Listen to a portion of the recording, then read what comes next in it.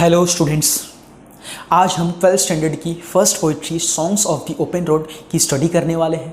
सबसे पहले इस पोइट्री के अंदर आने वाली जितनी भी डिफ़िकल्ट वर्ड्स है उस डिफ़िकल्ट वर्ड्स को स्टडी करेंगे अच्छे से। क्यों? क्योंकि एक बार आपने डिफ़िकल्ट वर्ड्स की मीनिंग अंडरस्टैंड कर लिया तो आपको पोइट्री समझने में ईजी होगा।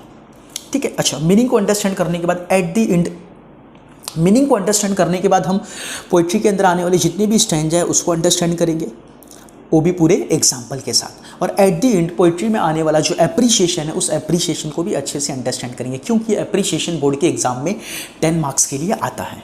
ठीक है, अच्छा, सबसे पहले देखते हैं मीनिंग। अफुट मतलब इन प्रिपरेशन वॉकिंग, मतलब कि आगे जाने के लिए किसी चीज़ की प्रिपरेशन करना एडवांस में। ठीक है, मेंटली प्रिपरेशन करना। लाइट हार्टेड मतलब हैप्पी एंड टेंशन फ्री, पूरी तरह से खुश रहना और टेंशन फ्री रहना। Brown path means what? Bare land, ऐसी ज़मीन जिस पे मिट्टी हो, घास फूस हो।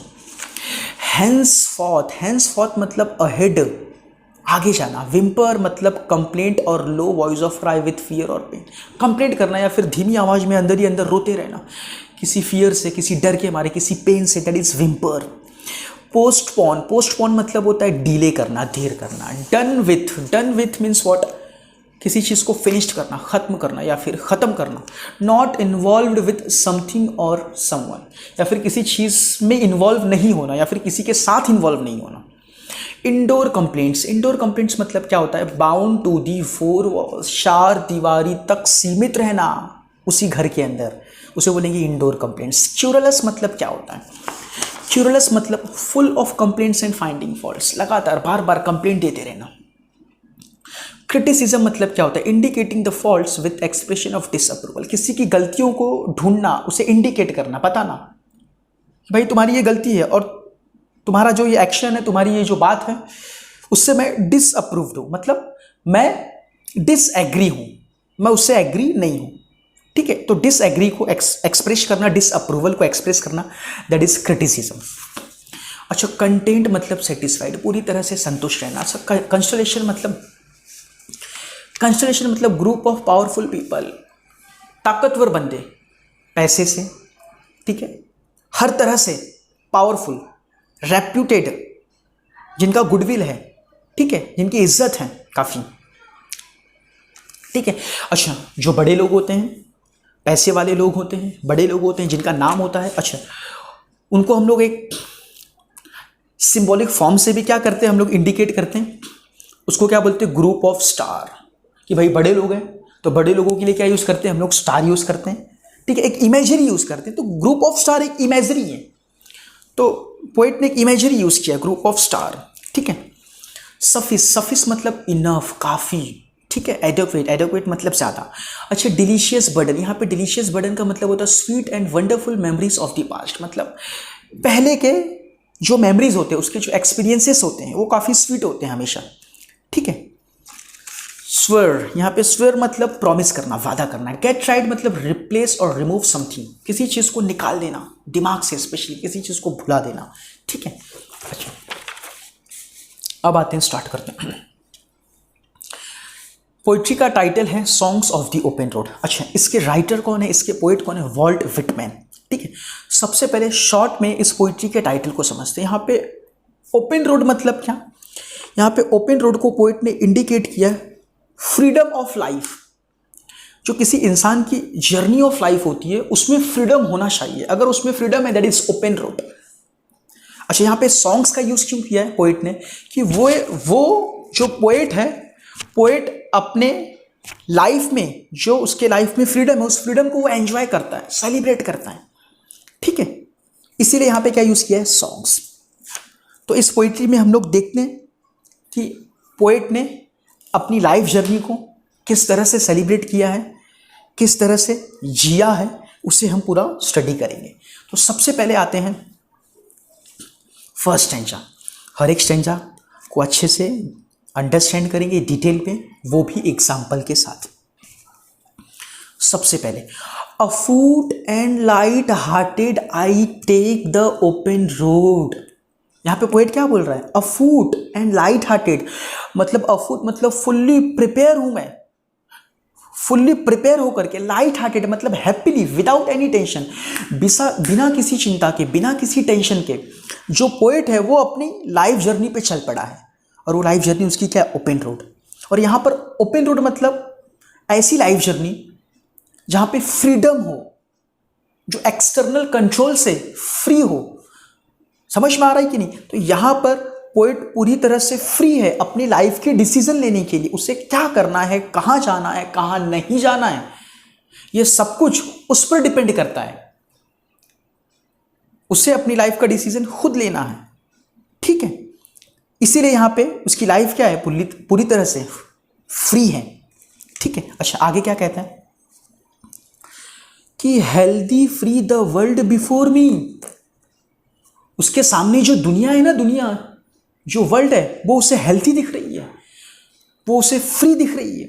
अच्छा, यहाँ पे पोएट क्या कहना चाहता है कि उसके सामने जो दुनिया है वो खुशियों से भरी है, आनंद यानी हैप्पीनेस, प्लीजेंट से भरी हुई दिख रही है, उत्साह, एनर्जेटिक दिख रही है उसे दुनिया, एनर्जी से भरी हुई, उत्साह से भरी हुई। यहाँ पे कहने का मतलब ये है कि हम जिस चीज़ को जिस नज़रिए से देखेंगे वो हमें वैसा ही लगेगा। यहाँ पे पोएट दुनिया को, वर्ल्ड को एक पॉजिटिव एटीट्यूड के थ्रू देख रहा है। उसके दिमाग में, उसके माइंड में एक पॉजिटिव एटीट्यूड है, एक होपफुल है उसके दिमाग में, आशा से भरा हुआ है वो, कि भाई दुनिया है, ऐसा नहीं कि दुनिया में दुख ही दुख है, दुनिया में सुख भी है, ठीक है। इसीलिए उसे दुनिया क्या दिख रही है? हेल्दी दिख रही है। तो हम जिस चीज़ को जैसा देखते हैं वो चीज़ हमें वैसा ही दिखता है, ठीक है। तो यहाँ पे पोएट पूरी तरह से हैप्पी है, पूरी तरह से एनर्जेटिक है, पूरी तरह से होपफुल है, हेल्दी है, इसीलिए उसे दुनिया भी हेल्दी दिख रही है, दुनिया भी एनर्जेटिक दिख रही है, दुनिया में भी उसे आनंद और हैप्पीनेस दिखाई दे रहा है, ठीक है। अच्छा, आगे आते हैं। The long brown path before me leading wherever I choose. वो जहाँ पर खड़ा है वो रास्ता मिट्टी से बना हुआ, घास फूस, लंबा रास्ता, और वो रास्ते पर खड़े होकर के सोच रहा है, बता रहा है कि उसे कहाँ जाना है, कहाँ नहीं जाना है। वो उसकी इच्छा पर, उसकी विश पर डिपेंड करता है कि उसे कहाँ जाना है, कहाँ नहीं जाना है, क्योंकि उसे रोकने टोकने वाला कोई भी नहीं। अच्छा, अब इसको हम ना थोड़ा एग्जाम्पल के साथ समझते हैं अच्छे से। पहले स्टैंजा को हम लोग एग्जाम्पल के साथ समझते हैं कि एक्चुअली में ये जो पोएट है वो कहना क्या चाहता है। देखो, प्रैक्टिकल लाइफ में भी आप देख सकते हो कि एक इंसान को, एक ह्यूमन बीइंग को अपनी लाइफ जर्नी में, उसकी लाइफ जर्नी में चाहे जैसी भी सिचुएशन हो, ठीक है, उस सिचुएशन को, उस पर्टिकुलर सिचुएशन को डील करने के लिए हमेशा प्रिपेयर रहना चाहिए, ठीक है। स्पेशली डिफिकल्टीज को, स्पेशली प्रॉब्लम्स को, ठीक है, स्पेशली मिजरीज को, दुख को, मुसीबत को डील करने के लिए ऑलवेज प्रिपेयर्ड रहना चाहिए, ठीक है। यहां पर यह कहना चाहता है कौन? पोएट, ठीक है। अच्छा, वो प्रिपेयर्ड कैसे होगा? ठीक है। अच्छा, फॉर एग्जाम्पल, सुख हो या फिर दुख हो। अच्छा, सुख मतलब हैप्पीनेस, दुख मतलब सैडनेस। चाहे सुख हो चाहे दुख, दोनों को डील करने आना चाहिए। अरे ज़रूरी नहीं है कि दुख को ही डील करते जाओ, दुख को तो डील करना ही करना है, लेकिन सुख को भी डील करना है, हैप्पीनेस को भी। होता क्या है, अक्सर जब इंसान के पास सुख आता है तो वो काफ़ी घमंडी हो जाता है अक्सर। तो ज़्यादा यहाँ पे घमंड नहीं करना है सुख में, ज़्यादा प्राइड भी नहीं करना है सुख में, ठीक है। और दुख में ज़्यादा रोना भी नहीं है, होपलेस भी नहीं होना है, ज़्यादा वीक भी नहीं होना है, रोना भी नहीं कि भाई सब कुछ ख़त्म हो गया, मैं तो गया, अब कुछ बचा ही नहीं, ठीक है। किसी भी पर्टिकुलर फील्ड में आप अपनी लाइफ में कहीं पर भी अगर फेल होते हो तो ना तो ज़्यादा रोने की ज़रूरत है, और अगर सक्सेस हो तो ज़्यादा हंसने की भी ज़रूरत नहीं। कहने का मतलब हंसिए, बट ज़्यादा घमंड करने की भी ज़रूरत नहीं। दोनों के बीच में एक बैलेंस होना ज़रूरी है, ठीक है। तो यहाँ पे क्या किया हमने, इन दोनों सिचुएशन को क्या किया हमने, डील किया दोनों सिचुएशन को, चाहे वो हैप्पीनेस हो चाहे सैडनेस हो। लेकिन जब बात डिफिकल्टीज और मिजरीज की आती है तो उससे हमें फाइट करना है, उससे फाइट करना ही क्या होता है, डील करना होता है, ठीक है। अच्छा, फिर और क्या कहना चाहता है इसके अंदर, और डिटेल में इसे पढ़ने की कोशिश करते हैं। ठीक है, ये healthy free the world before me और the long brown path before me leading wherever I choose, इसको भी डिटेल में अंडरस्टैंड करते हैं कि यहाँ पर पोएट कहना चाहता है कि उसे अपनी लाइफ में क्या करना है, किसी इंसान को अपनी लाइफ में क्या करना है, किस फील्ड में जाना है, किस करियर में जाना है। 10th स्टैंडर्ड पास करने के बाद उसे मेडिकल में जाना है, उसे इंजीनियरिंग में जाना है, उसे कॉमर्स में जाना है, ठीक है, उसे स्पोर्ट्स में जाना है, किस में भी जाना है, वो इंसान खुद ही डिसाइड करे। समझ में आ रहा है? वो अपनी एबिलिटी, अपने इंटरेस्ट, अपनी क्यूरियोसिटी, अपनी एबिलिटी के अकॉर्डिंग ही वो डिसाइड करे कि उसे किस फील्ड में जाना है, किस फील्ड में नहीं जाना है। समझ में आ रहा है कि नहीं? वो अपनी जिंदगी अपने विश और अपनी इच्छा पर जिए, यहां पर ये कहना चाहता है वो। ठीक है, तो ये मैंने आपको एग्जांपल दिया कि इंसान को कोई भी चीज़ चूज करनी चाहिए अपने एबिलिटी के अकॉर्डिंग। होता क्या है कि ज़्यादातर कि भाई 10th स्टैंडर्ड पास करने के बाद किसी भी फील्ड और किसी भी करियर को जो स्टूडेंट्स चूज करते हैं, चॉइस करते हैं, मोस्टली ज़्यादातर क्या करते हैं, वो अपने जो नेबर्स होते हैं उनसे इन्फ्लुएंस हो करके उस पर्टिकुलर फील्ड को क्या करते हैं, चूज़ करते हैं। अगर वो नहीं चूज़ करते तो उनको पेरेंट्स प्रेशराइज करते हैं उस चीज़ को चूज़ करने के लिए। तो कहने का मतलब इंसान को अपनी ज़िंदगी में अपने आप को खुद समझना चाहिए, अपने आप को एग्जामिन करना चाहिए, अपनी एबिलिटी को, अपने पावर को एग्जामिन करना चाहिए, अपने इंटरेस्ट को एग्जामिन करना चाहिए, अपने इंटरेस्ट को फाइंड आउट करना चाहिए, ढूंढना चाहिए, और उसके अकॉर्डिंग ही अपनी लाइफ का डिसीजन लेना चाहिए, खुद लेना चाहिए। ठीक है, दूसरों के अनुसार नहीं, दूसरों के अकॉर्डिंग नहीं, यहां पर यह कहना चाह रहा है। So this was the first stanza, we understood. आगे आते हैं सेकेंड स्टैंजा। अच्छा, जब पोएट को पता चल गया है कि भाई उसे कहां जाना है, कहां नहीं जाना है, ये उसके विल, उसके विश पर डिपेंड करता है। ठीक है, जो कुछ भी करना है उसे करना है। ठीक है, तो इसलिए henceforth क्या, henceforth I ask not good fortune, I myself am good fortune।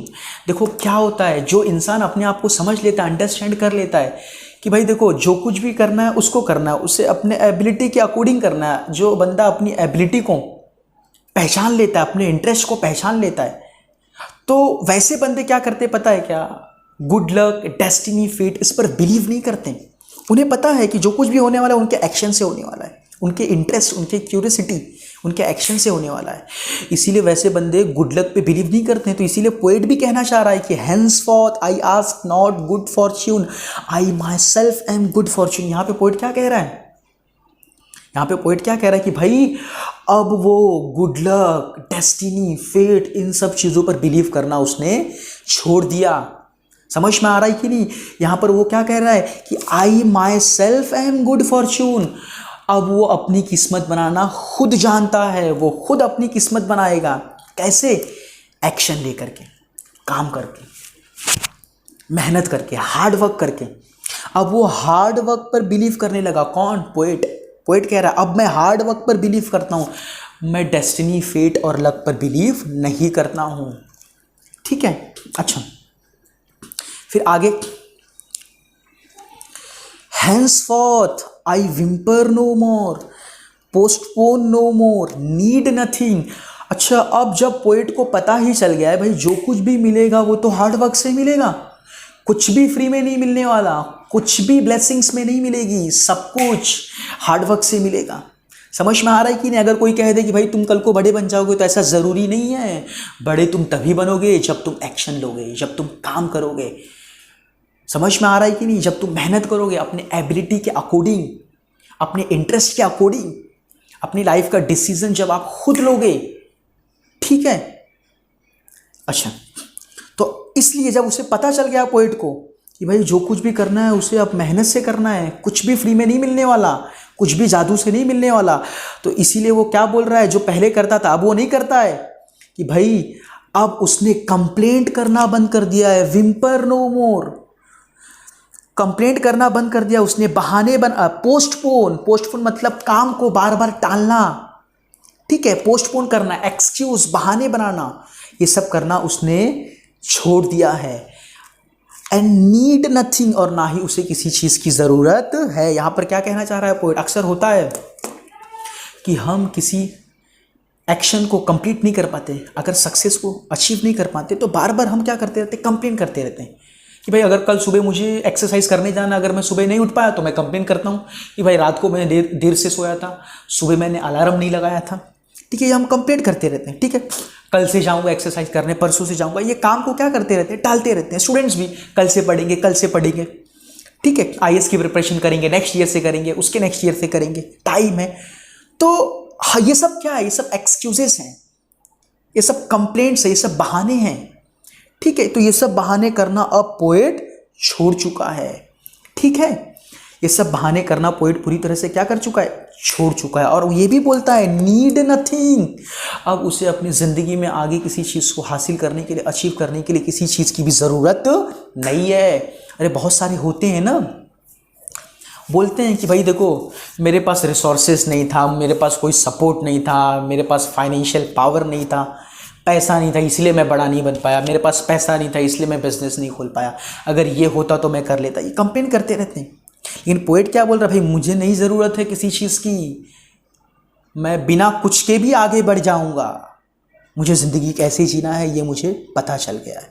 ठीक है, फिर आगे क्या कहता है वो? Done with indoor complaints, libraries, querulous criticism. आगे पोएट और क्या कहता है कि भाई डन विथ इंडोर कंप्लेंट्स, अब चार दीवारी के अंदर बैठ बैठ कर बार बार कंप्लेन करते रहना अपने फेलियर को। ठीक है, मतलब अपने फेलियर को कि भाई मैं ज़िंदगी में कुछ कर नहीं पाया, मैं ज़िंदगी में फेल हो गया, पूरी ज़िंदगी में फेल हो गया मैं, या फिर आगे कुछ अचीव करना था मुझे, कोई कोर्सेस करने थे, कुछ बनना था मुझे, मैं नहीं बन पाया। ठीक है, तो उस चीज़ के लिए दूसरों को कंप्लेन करना, दूसरों को क्रिटिसाइज करना, दूसरों की गलती ठहराना। ठीक है, ये चीज़ करना पोएट ने छोड़ दिया है। Done with indoor complaints, libraries, querulous criticism. होता है, बहुत सारे बंदे होते हैं, मैंने बताया ना कि अपने फेलियर पे अगर उन्होंने कोई चीज़ अचीव नहीं कर पाया तो उसके लिए दूसरों को कंप्लेंट देते हैं। समझ में आ रहा है? फॉर एग्जाम्पल एग्जाम में अगर किसी बंदे का 2-3 क्वेश्चन रॉन्ग हो गया, पेपर अच्छा नहीं गया, तो बंदे क्या करते हैं? स्टूडेंट्स यही करते हैं ना भाई, अरे जो पेपर बनाने वाला था उसने पेपर काफ़ी टफ बनाया, अरे भाई हमने प्रिपरेशन ठीक से नहीं की थी। समझ में आ रहा है कि नहीं? मार्क्स कमाया, पेपर चेक करने वाले ने पेपर चेक अच्छे से नहीं किया, वो एक अलग मुद्दा है। कभी कभार होता है पेपर ठीक से चेक नहीं होता, कभी कभार होता है पेपर टफ बनते भी, ये बात भी बिल्कुल ठीक है। समझ में आ रहा है कि नहीं? लेकिन हमेशा ऐसा नहीं होता। ठीक है, अगर आप उस हिसाब से प्रिपरेशन भी करके जाओ तो फुल्ली उसे अचीव कर सकते हो।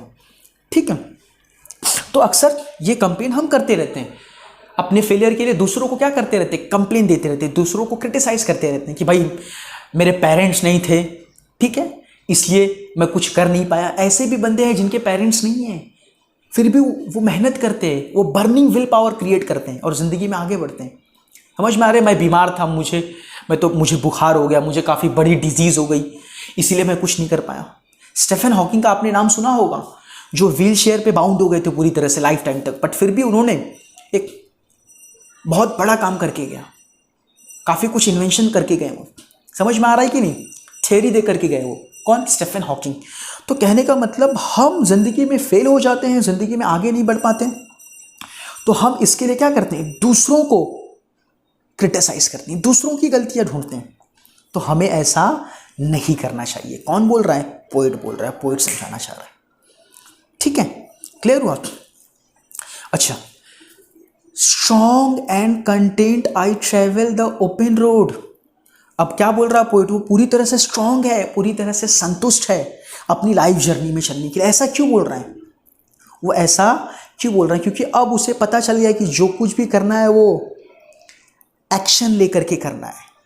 उसे अब अपनी लाइफ में एक्शन लेना है, उसकी लाइफ की अथॉरिटी, रिस्पॉन्सिबिलिटी उसकी ही है कि जो कुछ भी करेगा वो खुद करेगा। अगर उसमें वो फेल हो गया, उस चीज़ को अचीव नहीं कर पाया, तो उसकी रिस्पॉन्सिबिलिटी भी उसकी ही होगी।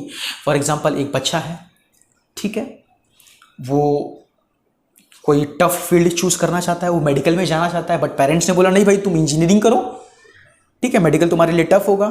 तो उसने भाई रिस्पॉन्सिबिलिटी ली कि नहीं मैं करूँगा, अगर मैं उसमें फेल हुआ तो उसकी रिस्पॉन्सिबिलिटी भी मेरी है, मैं फिर ट्राई करूँगा। ठीक है, तो ऐसा होना चाहिए। तो ये चीज़ कह रहा है। ठीक है, तो पोएट को यहाँ पर पता चल गया कि अब उससे ज़िंदगी को, लाइफ को किस नज़रिए से, किस एटीट्यूड से देखना है। ये पूरी क्लैरिटी हो गई उसके दिमाग में कि लाइफ को एकदम सकारात्मक नज़रिए से देखना है, एक पॉजिटिव एटीट्यूड रखना है ज़िंदगी में कि भाई मैं कुछ चूज़ किया, मुझे डॉक्टर बनना है, डॉक्टर नहीं बना फिर भी रोना नहीं है मुझे, क्योंकि रोने के लिए ज़िंदगी में कुछ है ही नहीं, ज़िंदगी बहुत छोटी है। तो इसीलिए पोएट बोल रहा है। ठीक है, ये सब चीज़ें मैंने समझ लिया है कि मुझे लाइफ को किस नज़रिए से देखना है, ज़िंदगी को किस नज़रिए से देखना है। हमेशा अपना काम करना है, जो मुझे अचीव करना है उसके लिए मेहनत करना है, अगर वो नहीं मिला तो उसके लिए रोना नहीं है। ये चीज़ पोएट ने समझ ली है, इसीलिए टूवर्ड्स लाइफ उसका एटीट्यूड बिल्कुल पॉजिटिव है। इसीलिए तो वो कह रहा है, strong and content I travel the open road. इसीलिए मैं काफ़ी मजबूत हूँ और कंटेंट हूँ, सेटिस्फाइड हूँ भाई, जो मिलेगा चल जाएगा, कोई वांदा नहीं। ठीक है, अच्छा अब आते हैं, ये वाला भी कर लिया हम लोगों ने। अब आते हैं ये वाला स्टैंजा, थर्ड स्टैंजा, अब इसे भी अंडरस्टैंड करते हैं। The earth that is sufficient. यहाँ पे पोएट क्या कह रहा है, इस लाइन को अंडरस्टैंड करते हैं। First of all try to understand this line my dear. The earth that is sufficient, यहाँ पे पोएट क्या कह रहा है, यहाँ पे पोएट अपने आप को वर्ल्डली, जो वर्ल्डली प्लेजर होते हैं ना, वर्ल्डली प्लेजर, वर्ल्डली फैसिलिटीज़ होती हैं, अपने आप को वर्ल्डली प्लेजर, दुनियावी सुख सुविधाओं से अलग करने की बात कह रहा है। समझ में आ रहा है, दुनियावी रिश्ते, वर्ल्डली रिलेशंस, उनसे अलग करने की बात कह रहा है। ठीक है, अच्छा उनसे अलग करने की बात कर रहा है। कहने का मतलब कि भाई उसे वर्ल्डली रिलेशन की ज़रूरत नहीं है, उसे वर्ल्डली रिलेशन की ज़रूरत नहीं है, और ना ही उसे वर्ल्डली फैसिलिटीज़ की ज़रूरत है। उसके लिए ये नेचर, ये मदर अर्थ, यही काफ़ी है। ठीक है, अच्छा फिर आगे क्या बोल रहा, I do not want the constellations any nearer. वो ये भी कह रहा है कि उसे किसी भी पावरफुल लोगों की ज़रूरत नहीं है, किसी भी इन्फ्लुएंशियल लोगों की ज़रूरत नहीं है, बड़े लोगों की ज़रूरत नहीं है। समझ में आ रहा है कि नहीं। I know they are very well where they are. ये किसे कह रहा है, कंस्टलेशंस को, पावरफुल पीपल को। यहाँ पे कंस्टलेशंस का मतलब पावरफुल पीपल, मैंने बोला आपको मीनिंग आपको पढ़ना है। पावरफुल पीपल की ज़रूरत नहीं है। I know they are very well they where they are. Poet कह रहा है कि मुझे पता है वे पावरफुल लोग जहाँ भी है, जैसे भी है, वो ठीक है।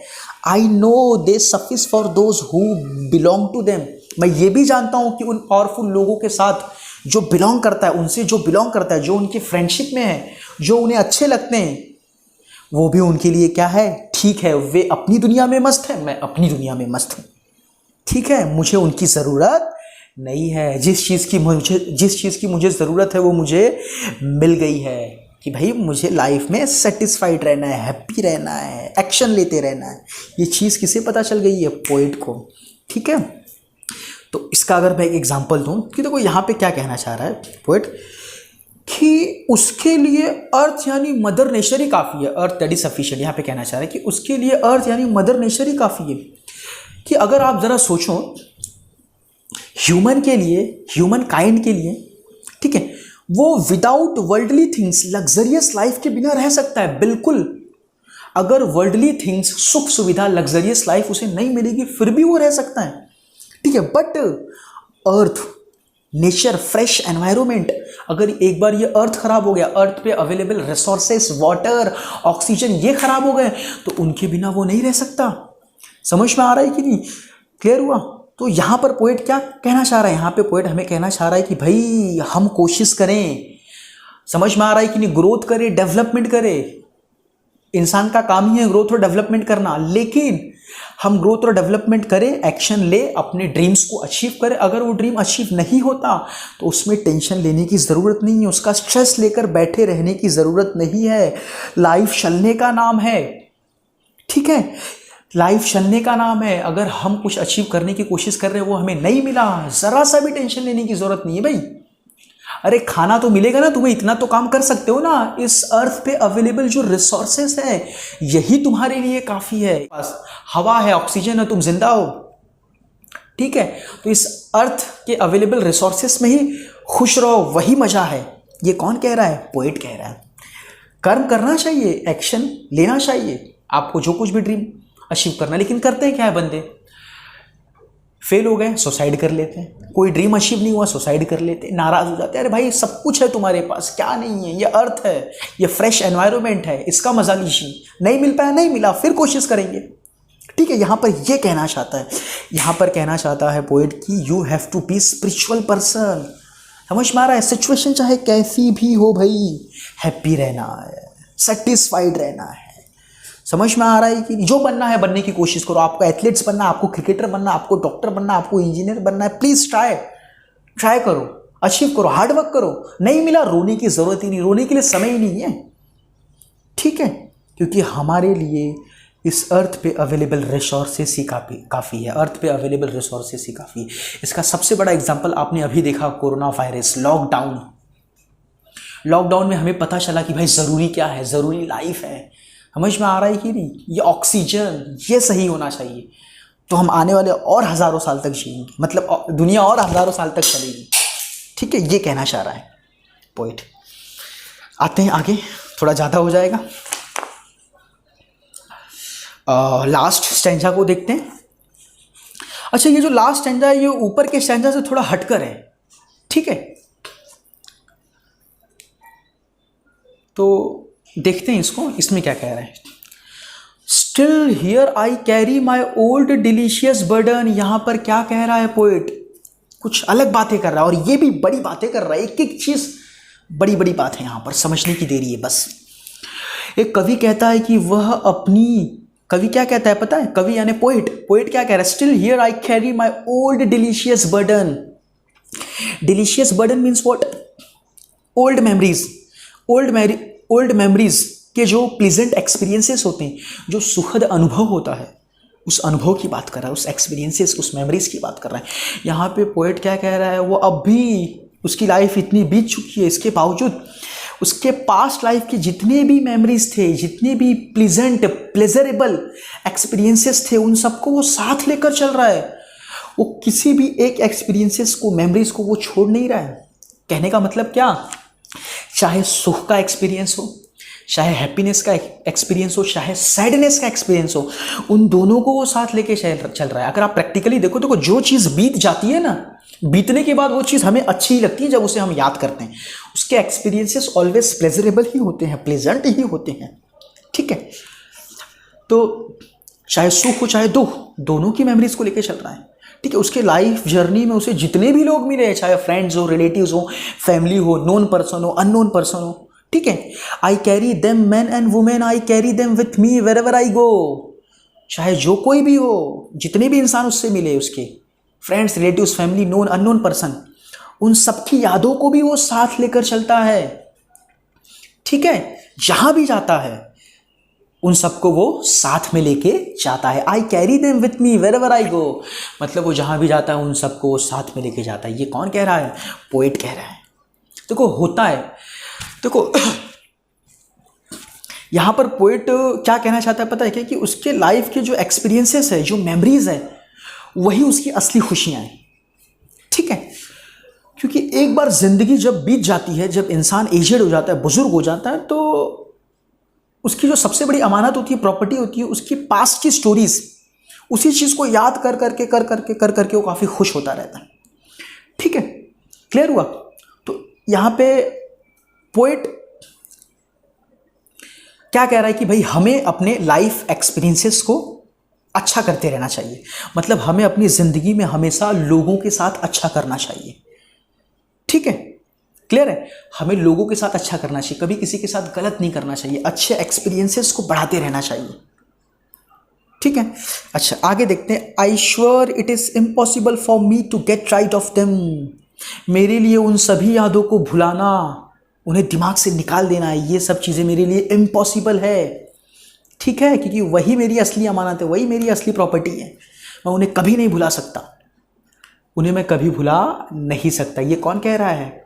पोएट कह रहा है, क्योंकि वो चीज़ें उसके लिए खुशी है, ठीक है। और आगे क्या कह रहा है, I am filled with them, वो जो एक्सपीरियंसेस है, वो जो मेमोरीज हैं, उन चीज़ों से पूरी तरह से भरा हुआ है वो चीज़ें उसे आज भी खुशियाँ देती है बार बार, ठीक है।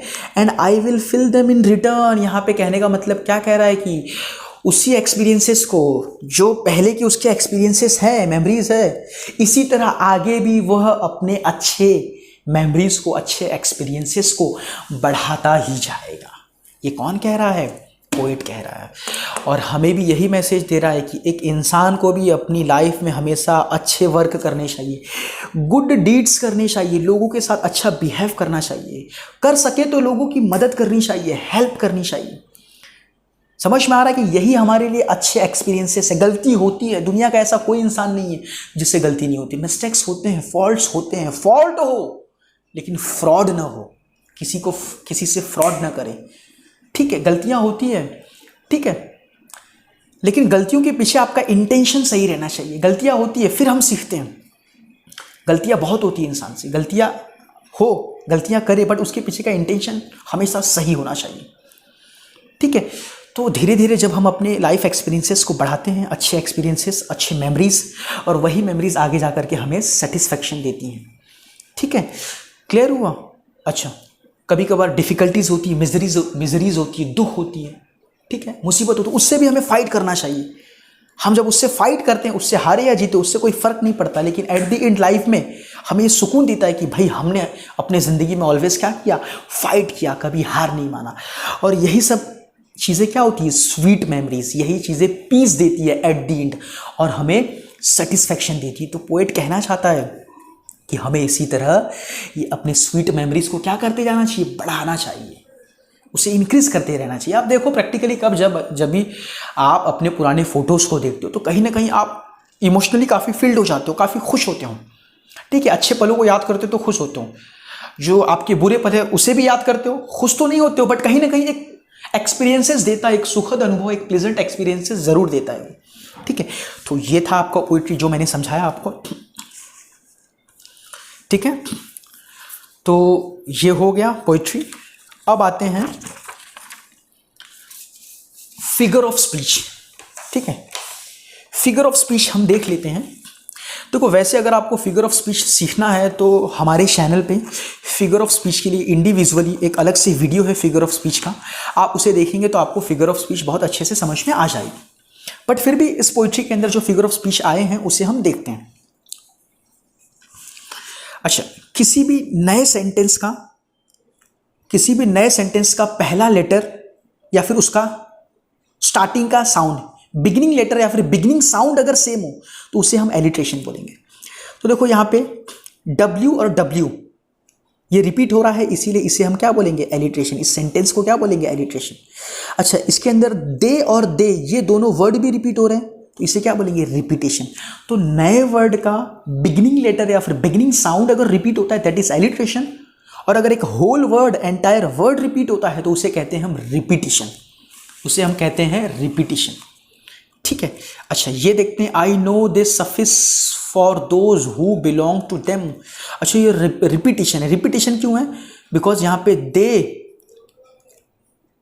ये रिपीटिशन, TH और TH ये रिपीटिशन नहीं है, ये एलिट्रेशन है, ठीक है। अच्छा, रिपीटिशन भी है और एलिट्रेशन दोनों है। रिपीटिशन क्यों है कि भाई यहाँ पे दे यूज किया है और क्या यूज किया है, अच्छा दे तो नहीं है, अच्छा देम, ठीक है। तो ये सिर्फ क्या रहेगा, एलिट्रेशन रहेगा। क्या रहेगा, ये एलिट्रेशन रहेगा, ठीक है। तो देख लेते हैं, क्योंकि TH T और T रिपीट हुआ है, T और T एक लेटर भी है, और दे TH साउंड ये भी रिपीट हो रहा है, ठीक है। इसीलिए ये क्या रहेगा, एलिट्रेशन रहेगा। तो एलिट्रेशन मतलब अगर स्टार्टिंग का साउंड, स्टार्टिंग का लेटर रिपीट होता है तो उसे हम क्या कहते हैं, alliteration. So this is alliteration, ठीक है। अच्छा, आगे आते हैं। Still here I carry my old delicious burdens. ये क्या है, पैराडॉक्स। क्यों ये पैराडॉक्स क्यों है? अच्छा, जब भी हम एक कॉन्ट्राडिक्शन की बात करते हैं, एक कॉन्ट्राडिक्शन की बात करते हैं कि भाई जो चीज़ इम्पॉसिबल है फिर भी यहाँ पे सेंटेंस में पॉसिबल बताई गई है, ठीक है। जैसे कि वो लड़का भाई अच्छा भी है और ख़राब भी, ऐसे कैसा हो सकता है? या तो अच्छा रहेगा या तो ख़राब रहेगा, ठीक है। तो इसे बोलते हैं हम लोग कॉन्ट्राडिक्शन, इसे हम लोग बोलते हैं पैराडॉक्स, ठीक है। जैसे कि वो लड़का भाई काला भी है और गोरा भी, ऐसे कैसे हो सकता है? भाई काला और गोरा दोनों कैसे हो सकता है? या तो काला होगा या तो गोरा, ठीक है। सो कहने का मतलब इसे हम लोग बोलते हैं पैराडॉक्स, क्या? ठीक है। तो पैराडॉक्स मतलब यहाँ पे बर्डन्स कभी डिलीशियस नहीं हो सकते। समझ में आ रहा है कि नहीं? बर्डन्स कभी डिलीशियस हो सकते हैं क्या? नहीं। कभी स्वीट्स हो सकते हैं क्या? नहीं। बर्डन तो बर्डन होते हैं, वो तकलीफ देते हैं, ठीक है। इसीलिए बर्डन कभी डिलीशियस नहीं हो सकते। इसीलिए ये क्या है? ये कॉन्ट्राडिक्शन की बात कर रहा है। समझ में आ रहा है कि नहीं? इसीलिए इसे बोलेंगे हम लोग पैराडॉक्स। क्या बोलेंगे? पैराडॉक्स, ठीक है। अब आते हैं, सबसे पहले ये रिपीटिशन है। रिपीटिशन क्यों है? क्योंकि यहाँ पे आई कैरी देम और आई कैरी देम, ये दोनों क्या हुआ है? रिपीट हुआ है, देयरफॉर दिस इज रिपीटिशन। अच्छा, ये एंटीथीसिस भी है। ये एंटीथीसिस क्यों है? जब भी किसी सेंटेंस में दो अपोजिट वर्ड्स होते हैं, दो अपोजिट वर्ड्स एक साथ आते हैं तो उसे हम कहते हैं एंटीथीसिस। तो इसके अंदर मैन और वुमेन दो अपोजिट वर्ड हैं जो एक ही लाइन में एक साथ आए हैं, इसीलिए हम इसे बोलेंगे एंटीथीसिस। एक ही लाइन में है अगर अपोजिट वर्ड तो वो एंटीथीसिस है। फिर आते हैं लास्ट में रिपीटिशन। क्यों भाई? क्योंकि यहाँ पे देम और देम क्या हुआ है? रिपीट हुआ है, देयरफॉर ये क्या है? रिपीटिशन है। तो हर एक फिगर ऑफ स्पीच हमने देख लिया, कुछ छूटा तो नहीं ना, ठीक है। अच्छा, इसके अंदर कुछ था डाउट कि भाई इसके अंदर सिर्फ लेटर है, ठीक है। वर्ड तो मुझे नहीं दिख रहा, अगर आपको दिखेगा तो आप कर लेना, ठीक है। तो ये हो गया। और ये क्या देखा उन्होंने? पैराडॉक्स, कि भाई ये पैराडॉक्स है, ठीक है। क्योंकि दो अपोजिट आइडियाज जहां पे आते हैं उसे बोलते हैं हम लोग पैराडॉक्स। ये दो चीजें पॉसिबल नहीं हो सकती, कॉन्ट्राडिक्शन, विरोधाभास, ठीक है। अच्छा, ये हो गया। तो अब लास्ट में हम लोग देखते हैं एप्रिसिएशन। एप्रिसिएशन भी इंपॉर्टेंट है, ठीक है। एप्रिसिएशन भी जरूरी है, देख लेते हैं फटाफट। एप्रिसिएशन ऑफ द पोयम, ये एप्रिसिएशन आपका फॉर्मेट वाइज है, फॉर्मेट वाइज है, ठीक है। आपको बोर्ड के एग्जाम में पैराग्राफ वाइज लिखना है, ठीक है। मैंने फॉर्मेट वाइज इसलिए लिखा है जिससे आपको इजीली अंडरस्टैंड हो। सबसे पहले आपको टाइटल का मतलब बताना है, और टाइटल में क्या करना होता है कि जो पोइट्री का जो टाइटल है, टॉपिक, उस टॉपिक को ही जस्ट एक्सप्लेन करना है। वो टॉपिक आपको डायरेक्टली इनडायरेक्टली क्या बता रहा है उसको एक्सप्लेन करो। So the title of the poem songs of the open road indicates the celebration of freedom. हमने देखा था कि इस पोइट्री का टाइटल है songs of the open road. तो इसके अंदर पोएट क्या कह रहा है? अपने ओपन रोड को, यानी अपने लाइफ को, मतलब जिस लाइफ में फ्रीडम है उस फ्रीडम को वो एंजॉय करता है, सेलिब्रेट करता है। इसीलिए इसका मीनिंग क्या है कि the title of the poem songs of the open road indicate the celebration of freedom, ठीक है। द पोएम, अच्छा पोएम एक्चुअली में है किसके बारे में? बोलेंगे about the poem. The poem is full of hope, freedom and inspiration. ये पोएम इंस्पिरेशनल है। इस पोएम में पोएट क्या कह रहा है? होप के बारे में बता रहा है। समझ में आ रहा है कि नहीं? फ्रीडम की वैल्यू बता रहा है, होप की वैल्यू बता रहा है कि होप कितना ज़रूरी है, होप से क्या क्या हो सकता है, फ्रीडम कितना ज़रूरी है, फ्रीडम का क्या इंपॉर्टेंस है, वो बता रहा है। तो poem is all about hope, freedom and inspiration. अच्छा, अब आते हैं पोएट की, इसको जिन्होंने लिखा है उनके बारे में भी देख लेते हैं, उनके बारे में भी जानना ज़रूरी है। द पोएट कौन है? Walt Whitman is the poet of this poetry. इस पोइट्री के पोएट कौन है? Walt Whitman. अच्छा, he was an American poet, वे एक अमेरिकन पोएट थे। He was also a journalist and essayist, वो एक जर्नलिस्ट थे, एक जर्नलिस्ट थे, ठीक है। जर्नलिस्ट मतलब पत्रकार जो न्यूज़ राइटिंग्स लिखते थे, ठीक है। एंड एसिस्ट, एसिस्ट मतलब निबंधकार जो निबंध लिखते थे। एंड ए टीचर, वे एक टीचर भी थे, ये ध्यान रखना है आपको। He was often called as father of free verse poem, उन्हें father of free verse poem भी कहा जाता है। फ्री वर्स पोएम किसे कहते हैं ये आपको पता होगा, ऐसी पोइट्री जिसके अंदर कोई राइमिंग वर्ड्स नहीं होते हैं उसे कहते हैं free verse poem. Whitman is the most influential poet in America. America में काफ़ी फेमस और इन्फ्लुएंशियल पर्सन है वो, इन्फ्लुएंशियल पोइट है वो, ठीक है। अच्छा, सेंट्रल आइडिया देखते हैं। सेंट्रल आइडिया बहुत इंपॉर्टेंट है। देखो ये सेंट्रल आइडिया और सेंट्रल थीम एक्चुअली में होता क्या है कि पूरी पोइट्री में पोएट आपको किसके बारे में बताना चाहता है, एक्चुअली किस टॉपिक के बारे में बताना चाहता है, बार बार वो आपके दिमाग में बिठाना क्या चाहता है, किस चीज़ के बारे में बताना चाहता है कि पोइट्री किसके बारे में है, व्हाट अबाउट पोइट्री। ठीक है, कि पोइट्री किसके बारे में, तो उसे हम लोग बोलेंगे सेंट्रल आइडिया। तो ये दिमाग में रखना है, सेंट्रल आइडिया में हमें वही चीज़ लिखनी होती है कि पूरी पोइट्री में फाइनली अल्टीमेटली अगर उसका समरी हम पढ़े तो पोएट कहना क्या चाहता है, किस चीज़ के बारे में बताना चाहता है, उसे कहते हैं सेंट्रल आइडिया। अच्छा, होता क्या है कि पोइट्री में कुछ ऐसे वर्ड्स होते हैं, 2-3 वर्ड्स ऑलवेज, वो क्या होते हैं, सेंट्रल आइडिया होते हैं ज़्यादातर। ठीक है, जो कुछ वर्ड्स होते हैं, वर्ड्स वो क्या होते हैं, सेंट्रल आइडिया होता है। और उसी वर्ड्स को हमें क्या करना होता है, एक्सप्लेन करना होता है। कभी कभार क्या होता है, पोइट्री में वो वर्ड्स मेंशन्ड होते हैं, लेकिन कभी कभार पोइट्री में वो वर्ड मेंशन नहीं होते हैं, आपको समझ करके आपको एक नए वर्ड के थ्रू लिखना पड़ता है। तो सिंपल सेंट्रल आइडिया में क्या करना है आपको, पूरी पोइट्री में पोएट क्या बताना चाहता है, क्या सिखाना चाहता है, ये पोइट्री एक्चुअली में किसके बारे में है, ठीक है, उसे लिखना है। कुछ ऐसे 2-3 वर्ड को ढूंढ कर फाइंड आउट करके लिखना है, सोच करके लिखना है, और उसी वर्ड को थोड़ा सा और 1-2 लाइन में एक्सप्लेन कर देना, आपका क्या हो जाएगा, सेंट्रल आइडिया। ठीक है, तो सेंट्रल आइडिया में यही करना है आप आगे। अच्छा, इसको पढ़ लेते हैं। The main themes of this poem are freedom. इसका मेन थीम क्या है, फ्रीडम। इसका मेन थीम क्या है, फ्रीडम। ऑप्टिमिज्म, ऑप्टिमिज्म मतलब होपफुल, आशापूर्ण, हमेशा पॉजिटिव सोचना कि भाई कुछ अच्छा होगा। ठीक है, एंड सेटिस्फैक्शन, ये 3 वर्ड्स हैं जो पोइट्री के सेंट्रल आइडिया को एक्सप्रेस और इंडिकेट करते हैं, ये 3 वर्ड। ठीक है, क्लियर हुआ।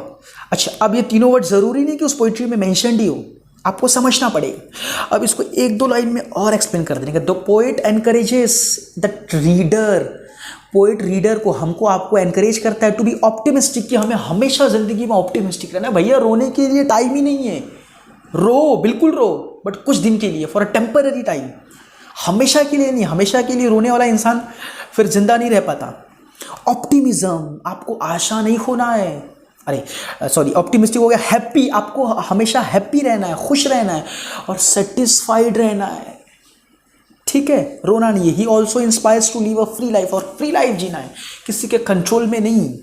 कोई सिखाए उससे एडवाइस लीजिए, उसकी सुनिए, बट आपको जो अच्छा लगता है अपने इंटरेस्ट और एबिलिटी के हिसाब से करिए।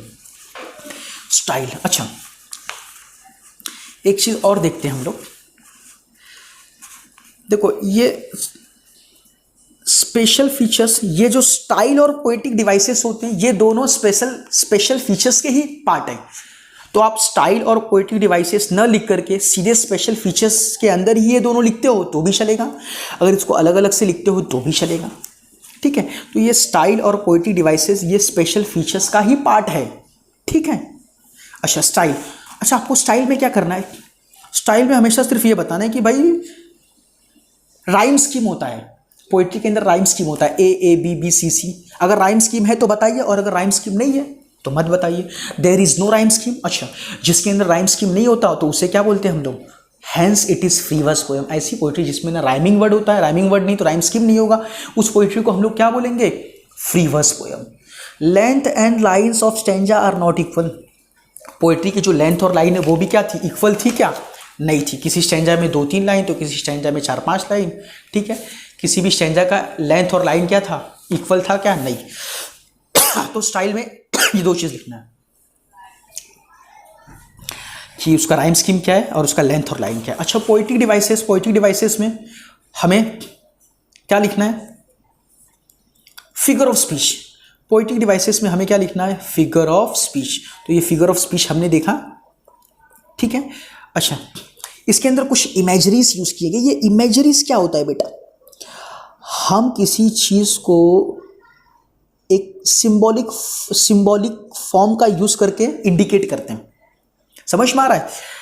Imageries use such as constellation for influential people, जैसे इन्फ्लुएंशियल और पावरफुल और फेमस पीपल के लिए क्या यूज किया गया है, कंस्टलेशन। कंस्टलेशन मतलब तारों का समूह। And brown colour for describing road, और रोड को डिस्क्राइब करने के लिए क्या यूज किया गया है, ब्राउन कलर। क्या यूज किया गया है, ये जो ब्राउन कलर है, ब्राउन कलर, ये भी क्या है, इमेजरीज, क्या है ना, इमेजरीज होता है ना। इमेजरीज मतलब क्या होता है, जैसे कि मैंने कोई इंसान काफ़ी ताकतवर है तो उसे क्या बोलते हैं हम लोग, भाई तू शेर है, क्या है, तो यहाँ पे मैंने क्या यूज किया, इमेजरीज यूज किया। समझ में आ रहा है कि नहीं? ठीक है भाई, कभी कभार बोलते भाई तेरे दिन में तो भाई तेरे दिन अच्छे चल रहे हैं, तेरी तो चांदी है। कहने का मतलब क्या है कि भाई तेरे लाइफ में काफ़ी अच्छे दिन चल रहे हैं, तो मतलब उसके लाइफ के अच्छे दिन, मैंने उसके लिए क्या इमेजरीज यूज़ किया, सिल्वर, चांदी, तो उसे कहते हैं हम लोग इमेजरीज। क्या कहते हैं, इमेजरीज। ठीक है, हो गया ये। फिर आते हैं हम लोग स्पेशल फीचर्स। अच्छा, जब भी स्पेशल फीचर्स की बात करेगा ना बेटा, तो ध्यान देना कि सबसे पहले पोइट्री का टाइप क्या है, हमें वो बताना है कि which type of poetry is this, ये पोइट्री किस प्रकार की है। This is a dramatic monologue poem. सबसे पहले टाइप्स ऑफ पोएम बताना है, सिर्फ 3 चीज, टाइप्स ऑफ पोएम, पोइट्री का लैंग्वेज कैसा है, ये 2 चीज कंपल्सरी बताने का स्पेशल फीचर्स में। तो स्पेशल फीचर्स में ये 1 2 3 मिला के लिखोगे तो अच्छा खासा बन जाएगा। ठीक है। अच्छा, टाइप्स ऑफ पोइट्री क्या है, ड्रामेटिक मोनोलॉग। ये मोनोलॉग क्या होता है, मोनो मतलब होता है सिंगल, और लोग मतलब होता है कन्वर्सेशन, स्पीच। जब किसी पोइट्री, देखो मोनोलॉग पोएम मतलब क्या होता है, एक ऐसी पोइट्री जिस पोइट्री के अंदर पोएट स्पीच के फॉर्म में पोइट्री को लिखता है, एक स्पीच के फॉर्म में, एक कन्वर्सेशन के फॉर्म में, कि ऐसा लगता है कि वो किसी से बात कर रहा है, और लेकिन इस पोइट्री के अंदर वो बात करता है लेकिन सुनने वाला कोई होता है क्या, नहीं। जो लिसनर होते हैं वो इनविजिबल होते हैं। समझ में आ रहा है कि नहीं? जैसे स्टेज पे मैंने स्पीच दिया तो सुनने वाले होते हैं, दैट स्पीच इज डिफरेंट, वो स्पीच डिफरेंट है। बट ये जो स्पीच है, इस स्पीच में पोएट अपने सामने लिख रहा है, बातें कर रहा है, ठीक है, और जो बातें कर रहा है उससे पोइट्री बन रही है, लेकिन उसे सुनने वाला कोई नहीं है। तो मोनोलॉग पोएम में जो लिसनर होता है वो साइलेंट होता है, वो इनविजिबल होता है, सुनने वाला नहीं होता है कोई। ठीक है। अच्छा, the language of the poem is very easy and effective. इस पोएम की लैंग्वेज क्या है, काफ़ी इजी और इफेक्टिव है। It is also very easy to understand, always यही लिखने का भाई, easy and effective, it is also very easy to understand. ठीक है। इसका टाइप क्या था, मोनोलॉग। ठीक है। अच्छा, मोनोलॉग पोएम में स्पेशली क्या करता है पोएट, अपने इमोशंस को एक्सप्रेस करता है। तो अक्सर ज़्यादातर अपने इमोशंस को, अपने आइडियाज़ को, अपनी थिंकिंग को क्या करता है, एक्सप्रेस करता है, स्पेशली अपने इमोशंस को। ठीक है। तो मोनोलॉग पोएम बता दिया मैंने, और फिर लास्ट में क्या आएगा, message, values and the morals. तो मैसेज वैल्यूज में यही आएगा, आपको अपने ओन वर्ड में लिखना है कि भाई पोएट इस पोइट्री में आपको फाइनली क्या मैसेज देना चाहता है, तो उस मैसेज को अपने ओन वर्ड में लिखना है। ठीक है। देखते हैं, this poem gives the message to live an optimistic and happy life. इस पोएम के अंदर पोएट क्या मैसेज देना चाहता है कि भाई हमें ऑप्टिमिस्टिक रहना चाहिए, आशावादी रहना चाहिए, हमेशा सही सोचना चाहिए। ठीक है।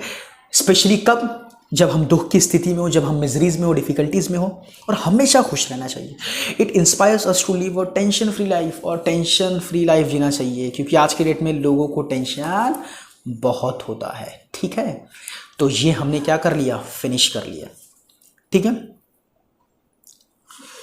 तो फिर जितना था मैंने किया, तो कुछ अगर छूटा होगा तो आप ट्राई कर लेना खुद से। लगभग तो मुझे लगता है मैंने हर एक चीज़ बता दी। ठीक है। तो आज के लिए इतना काफ़ी है, अगली बार हम अगली पोइट्री के साथ मिलेंगे।